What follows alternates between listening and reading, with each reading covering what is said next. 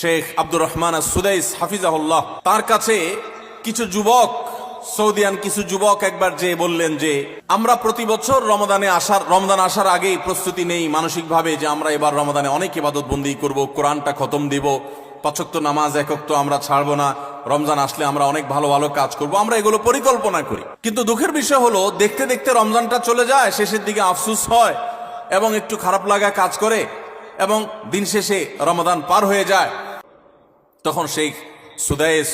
হাফিজাহুল্লাহ তিনি তাদেরকে বলেছিলেন, রমজানে যদি ইবাদত করতে না পারেন